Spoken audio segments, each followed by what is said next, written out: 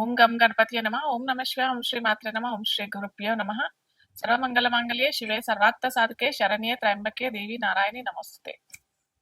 ఈరోజు మనము గురుగ్రహం అంటే బృహస్పతి మనకి ఈ వైశాఖ మాసంలో అంటే మే 14వ తారీఖున వృషభ రాశి నుంచి మిథున రాశికి సంచారం జరుగుతుంది. సో మే మే 14వ తారీఖు రాత్రి 10 గంటల సమయంలో గురుగ్రహ సంచారం మిథున రాశిలోకి ప్రవేశించబోతుంది అనమాట. సో ఈ మనకి సౌరమండలంలో అతిపెద్ద గ్రహాల్లో ఒకరు గురుగ్రహం. సో ఈ గురుగ్రహం ఏంటంటే మొత్తం భూమండలంలో ఉన్న అన్ని జీవరాశులకి ఈ ప్రభావం ఏ ఏ రాశిలో అతను అయితే సంచారం జరుగుతుంది ఆ రాశికి తగినట్టుగా మన మన ఏమంటారు స్వంతగా మనకు ఉన్న రాశిలో అలాగే గోచార రీత్యా కూడా చాలా మంచి ప్రభావము, చాలా చెడు ప్రభావము. చెడు చాలా తక్కువ. మనకి గురుగ్రహం ఏంటంటే శుభగ్రహం అని అంటారు. దేవగురు అనమాట బృహస్పతి.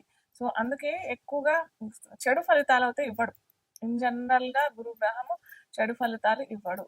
కాకపోతే ఎక్కడైతే చెడు చేయాల్సి వస్తుందో అక్కడ మటుకు ఆరోగ్యరీత్యా కొద్దిగా ఏదన్నా చిన్న చిన్న అనారోగ్యానికి సంబంధించిన ఏమన్నా వ్యాధులు ఇచ్చేటట్టు ఉండి ఖచ్చితంగా ఇవ్వాలి అనే వాళ్ళ దశ అంతర్దశల్లో ఉండి గోచార రీత్యా కూడా గురు సరి అయిన స్థానంలో లేనప్పుడే మటుకు గురుగ్రహం అలాంటి ఫలితాలు ఇచ్చే అవకాశం ఉంటుంది. కానీ జనరల్గా చూసినట్టయితే మనకి సంతానానికైనా కానీ శుభకార్యాలకి అని అంటే ఒకరు గృహం కట్టుకోవాలి లేదా ఉద్యోగ రీత్యా అక్కడ ట్రాన్స్ఫర్ అవ్వడానికైనా కానీ లేదా కొత్త ఉద్యోగం వెతుక్కోవడానికైనా కానీ దేశ సంచారం కోసమైనా కానీ తీర్థయాత్రల కోసమైనా కానీ గురువు ఎప్పుడు మనకి శుభ ఫలితాలే ఇస్తాడనమాట. సో ఎప్పుడైనా చాలా మటుకు మనం చూసుకోవాల్సింది ఏంటంటే మన రాశిలో ఎక్కడున్నాడు గురువు, అక్కడి నుంచి గురుగ్రహం ఎక్కడున్నాడు, అలాగే గురువు సంచారించే టైంలో మనకి ఏ ఏ రాశుల మీద అతని దృష్టి సంచారిస్తాడు, అలాగే గురువు మిథునంలో ఉన్నాడు కాబట్టి ఏ ఏ రాశులకి అతను ఆ స్థితి ఉంటాడు అక్కడి నుంచి మనం ఫలితాలు చూసుకున్నట్టయితే మనకి గురు సంచారము చక్కగా ఉంటాయి. ఎక్కడైనా మనకి ఇలాంటి చిన్న చికాకు ఏమన్నా ఇస్తున్నాడు, చిరాకులు ఇస్తున్నాడు, పరాకులు ఇస్తున్నాడు అని అంటే మనం ఏంటంటే రెమెడీస్ ద్వారా వాటిని మనము తక్కువ చేసుకోవచ్చు అనమాట. ఆ దుష్ఫలితాలని మనం తక్కువ చేసుకునేటట్టుగా ఉండేదే జ్యోతిష్ శాస్త్రం అనమాట. సో ఇప్పుడు మనము గురుగ్రహం ద్వాదశ రాశులకి ఎటువంటి ఎలా ప్రభావితం చేస్తాడు, అలాగే ఎటువంటి ఫలితాలు ఇస్తాడు అనేది మనము ఒక్కొక్క రాశిగా చూస్తామన్నమాట. వృశ్చిక లగ్నం తెలియని వారికి రాశి అని అనుకున్నట్టయితే వృశ్చికానికి అధిపతి, వృశ్చిక రాశికి అధిపతి ఎవరు అని అనుకుంటే కుజుడు. సో అంగారకుడు. సో అంగారకుడి గురు వీళ్ళిద్దరు మిత్రత్వం ఉంది. అలాగే ద్వితీయ అధిపతి అవుతాడు, పంచమాధిపతి అవుతాడు గురు వీరికి.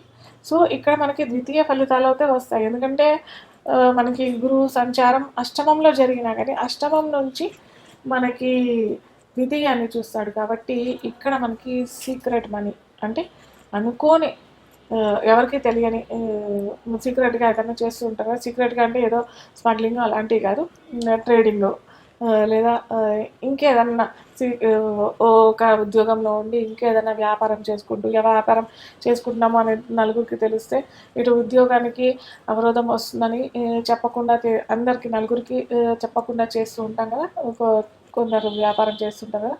సో అలాంటి వారికి మటుకు మంచి అవకాశమే అని చెప్పవచ్చు. ఎందుకంటే గురువు అష్టమంలో ఉన్నా కానీ అష్టమం నుంచి ద్వితీయంలో చూస్తాడు. ద్వితీయ అష్టమాలు ఎప్పుడైతే యాక్టివేట్ అవుతాయో సీక్రెట్గా చేసే వ్యాపార రంగంలో అభివృద్ధి చెందే అవకాశం చాలా ఉంటుంది. ఎందుకంటే గురు వ్యాప్తి కారకుడు అని కూడా చెప్తాం కదా. అష్టమంని వ్యాప్తి చేస్తాడు, అలాగే చూస్తున్న రాశిని కూడా వ్యాప్తి చేస్తాడు కాబట్టి మనకి సీక్రెట్ మనీ ఎక్స్పాండ్ అయ్యే అవకాశాలు చాలా ఉంటాయి.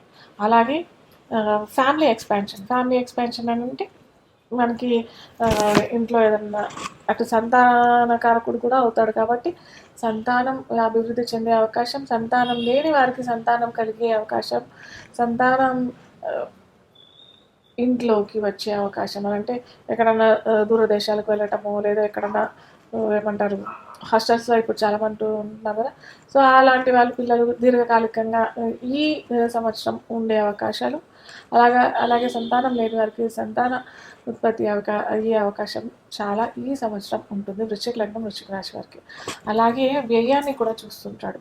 సో అనుకోని కష్టాలు, అనుకోని అవరోధాలు, అనుకోని హాస్పిటల్ బిల్స్ పెరిగే అవకాశాలు చాలా ఉంటాయి. కాబట్టి మీరు ముందరనే ఈ గురు వ్యయాన్ని కూడా చూస్తాడు. కాబట్టి మంచి కార్యక్రమాలకి మీరు కనుక మీకు వచ్చే ధనాన్ని వెచ్చించినట్టయితే ఖచ్చితంగా అది పుణ్యం కింద కన్వర్ట్ అయిపోతుంది.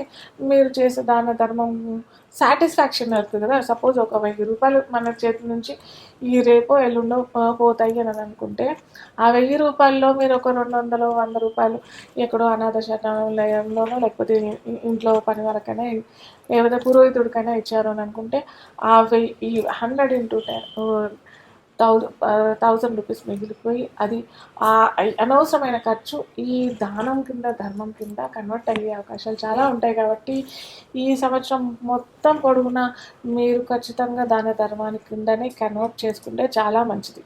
అలాగే మంగళవారాలు, సోమవారము, ఆదివారం ఈ 3 వారాల్లో ఖచ్చితంగా మీరు పసుపులో కలిపిన రోజ్ వాటర్తో తిలకం పెట్టుకుంటే చాలా మంచిది.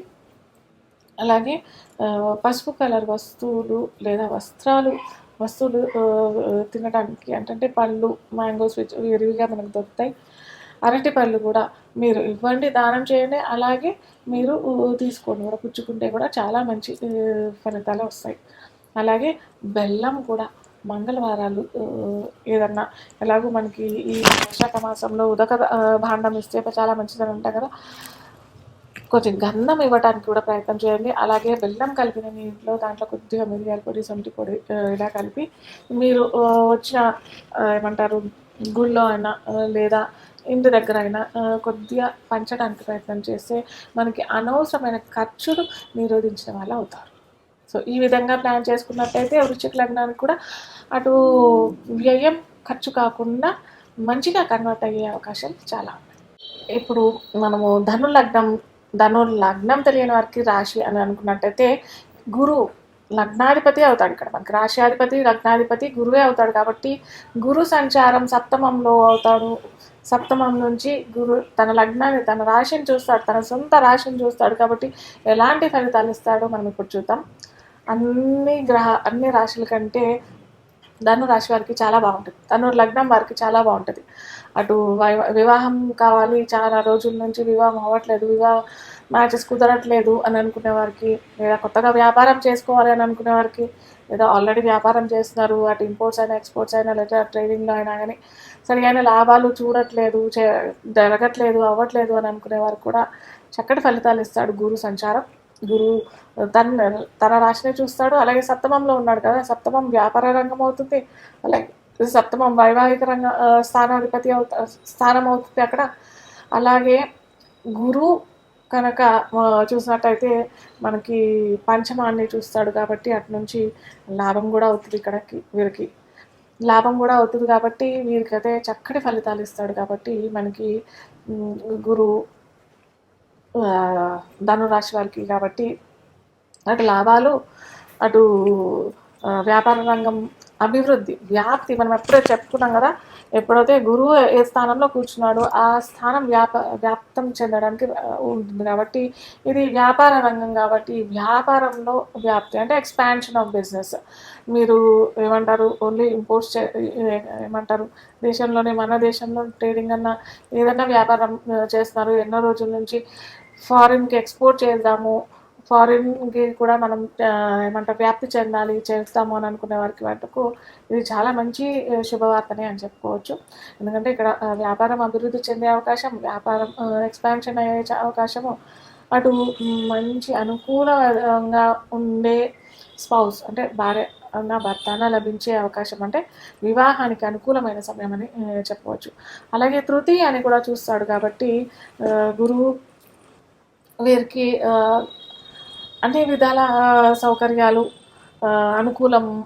అటు సోదరి మనులు వీరికి చాలా మటుకు ఎప్పటి నుంచో ఏదన్నా విభేదాలు వీరికి ఉన్నట్టయితే అవి కొద్దిగా సర్దుబాటు అయ్యి చక్కగా మంచి అవకాశాలు రావడానికి, లేదా కమ్యూనికేషన్ రంగంలో ఉన్నవారికి, కెమెరా రంగంలో ఉన్నవారికి, ఇలాంటి వాటికి కూడా చాలా మంచి అవకాశాలని మనం అవకాశాలు వచ్చే అవకాశాలు, అలాగే ఆల్రెడీ ఉన్నారు అని అంటే కూడా వ్యాప్తి చెందే అవకాశాలు చాలా ఉంటాయి. మళ్ళీ అక్కడి నుంచి ఏమంటారు, లగ్నాన్ని కూడా చూస్తారు కాబట్టి కొద్దిగా బొద్దుగా అయ్యే అవకాశాలు కూడా చాలా ఉంటాయి. కాబట్టి కొద్దిగా ఫిజికల్ ఎక్సర్సైజ్, కొద్దిగా డైట్ మీద కొద్దిగా కాన్సన్ట్రేషన్ చేయడం చాలా ముఖ్యం. ముఖ్యంగా పైగా మనకి లాభాలు వస్తున్నాయి, అటు అన్నీ మంచి శుభవార్తలే వస్తున్నాయి, శుభంగానే ఉన్నాయి, బాగానే ఉన్నాయి అని అంటే కూడా మనము లావ్ అయిపోతాం అని అంటారు. సో ఈ అంటే మన బాడీ టేక్ కేర్ చేసుకోకుండా ఉండే అవకాశాలు చాలా ఉంటాయి. కాబట్టి కొద్దిగా ఫిజికల్ ఎక్సర్సైజెస్, డైట్ మీద కాన్సన్ట్రేట్ కూడా చేయండి.